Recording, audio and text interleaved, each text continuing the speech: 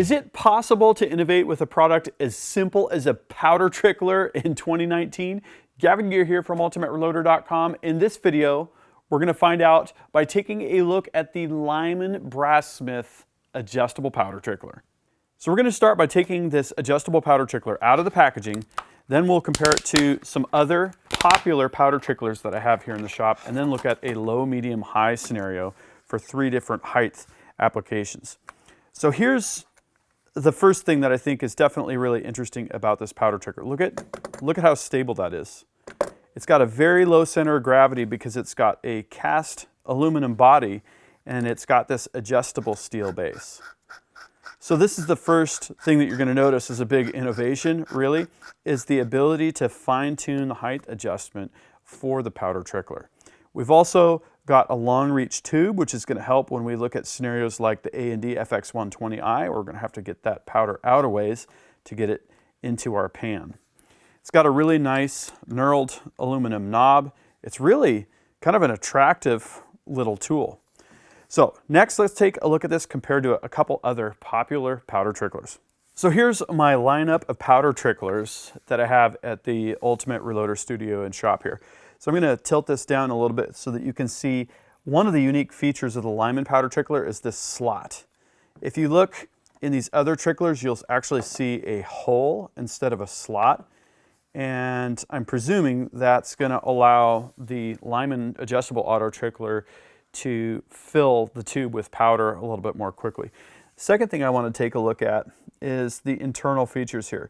There's sort of like an internal screw threading on the Lyman Brassmith adjustable powder trickler. And what that does is it takes the granules and it pretty much pushes those powder granules down by means of that threading turning. The mech powder measure here, this is a nice powder measure. It's nice and solid. It's got a brass tube and the tube appears to be smooth on the inside. Similar heft here, but you'll also notice that the Lyman has a little bit of an extended reach. Here's an older RCBS cast aluminum powder trickler. This is just a very simple little unit. It's a good little powder trickler. It's also, as I just showed, got the hole instead of the slot. It's a little bit smaller, and if you look at the extension of the tube, it's definitely shorter. And then on the economy side, we have the Hornady powder trickler, which is a plastic body.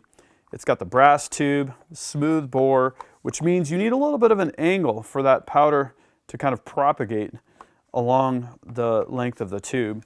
And again, we have a tube that's a little bit shorter and the whole unit is a little bit smaller.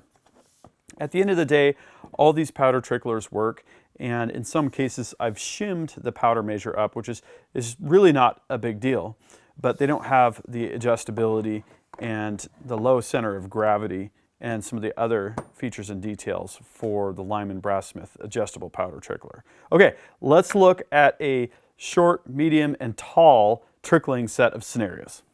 For our low scenario, I've got a Hornady GS350 scale. This is just a relatively flat, low profile scale. And for this, we're going to want to take the adjustment, it looks like, I'm guessing pretty much all the way to its lowest setting. Let's try that. Okay, perfect. All right, and I've got some varget here. We're going to go ahead and fill the trickler with varget.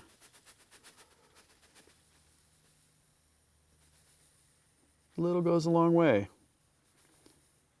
Don't ask me how I know that. All right. And then what you typically want to do is it goes counterclockwise. We'll just keep turning this until we see some powder start to trickle out. There we go. That did not take long. Okay, so I've got this on the left side so that I can preserve my view of the scale. All right, and what we can do is just empty this pan. We're going to see how long it takes to trickle, say, 1 grain. 0.4, 0.5. I'm going to move the scale just a little bit so that the powder kind of splashes into the right spot. 0.9, 1. There we go. Okay, So for the, and we can go ahead and obviously do another grain here. 0.6, 0.7, 0.8, 0.9. Looks like I've got really good control. 2 grains. There we go. So it looks like I have the right balance of speed and precision, the precision when it comes to getting that last little bit. Okay, let's take a look at our medium height scenario here. I've got the Lyman beam scale, and I'm on 0. Let's go to 1. Actually, yeah, let's do that. Okay. So I am centered my line there. I'm just going to stop that motion there. Okay. And so I'm going to go to 2 here. That should be one more grain that we've got. And let's see, should be about the same as it was. Looking at the dash here. Letting it stabilize. So even with the beam scale, I'm able to use the lowest setting.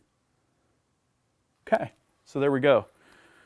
That's a pretty good height there, I would say. I've just got about 1/8 of an inch between the bottom of the tube and the pan. Okay, for a high scenario, I'm gonna get the A&D FX120i set up here, and we'll see just how difficult it is to reach to the pan on that large device and see what kind of sensitivity we get with that scale.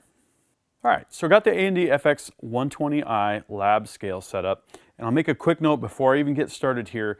You're gonna wanna find a way to get your windscreen around this whole setup. And I removed it completely so that you could see what's going on, but we will get fluctuations on the scale because of air currents. So just keep that in mind. You can even bore a hole in the side of the windscreen and use the lid. That would be the best way to roll here. And here I've got about a 3/4 inch aluminum spacer, and I've got that sitting here next to the scale. Really not a big deal. Keep in mind that with our spacer, we still have the ability to adjust the height of the trickler above the pan, and we can get that completely optimized. And what I did for the adjustment here was, I've got this thing maxed out pretty much. If I unscrew this, you'll see that this entire plug comes out. You can see the adjustability range. It's really quite generous. Okay, so I've just engaged the threads on that, tighten the lock nut, and we're down here and ready to roll. I'm just going to make sure that I have sufficient clearance. Yep, we are not touching the pan.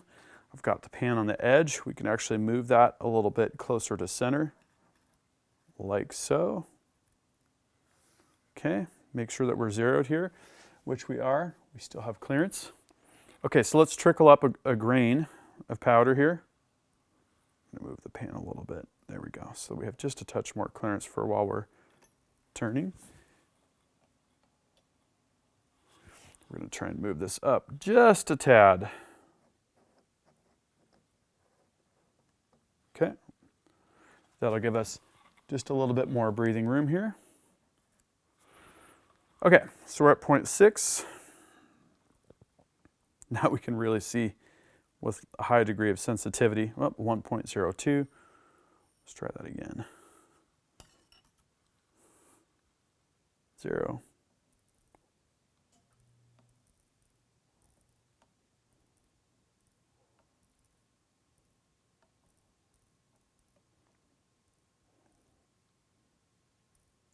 The key thing I'm looking for is that little bit of a rotation to kick out 1 or 2 kernels. And this powder trickle, definitely has the sensitivity to do that. So from what I see so far, this trickler is really a great tool, not only because of the adjustability, but because of the precision of the trickling. That 1 or 2 kernels of powder, usually a couple kernels of vargot, which I'm using here, are gonna go 2/100ths of a grain at a time. Good stuff. With the Lyman Brassmith adjustable powder trickler, we have a really low center of gravity, an adjustable base, an extended reach tube, great quality fit and finish, and really precise dispensing when it comes to that last granule or two of powder. I'd say we've got a winner here. But the real question is, what do you think? Please drop a comment letting me know what you think of this product and whether or not you plan to upgrade. Now, also make sure that you're subscribed with notifications. It's got a lot more cool content coming up. And please give this video a thumbs up if you found it useful, if you liked it. Until next time, happy shooting and happy reloading.